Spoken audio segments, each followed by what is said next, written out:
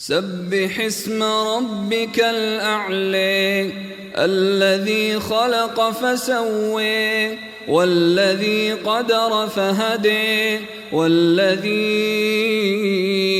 أخرج المرعى فجعله غثاء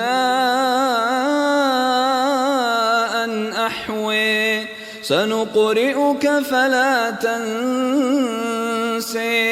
إلا ما شاء الله إنه يعلم الجهر وما يخفى ونيسرك لليسر فذكر إن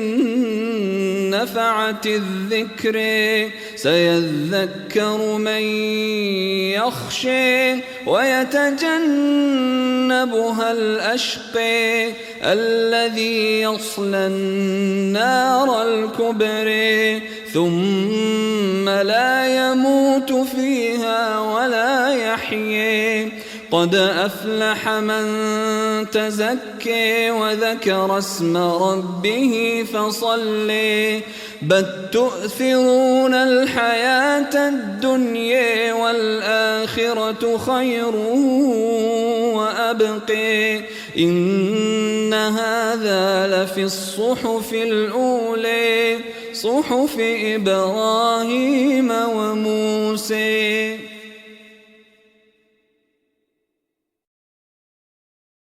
إنا أنزلناه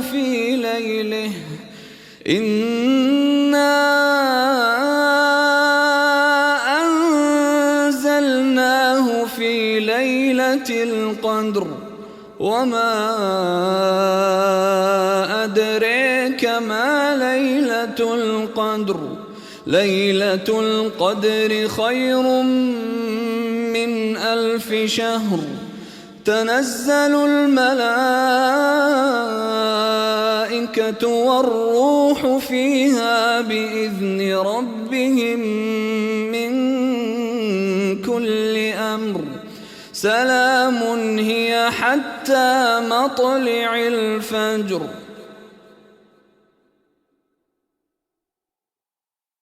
إذا زلزلت الأرض زلزالها وأخرجت الأرض أثقالها وقال الإنسان ما لها يومئذ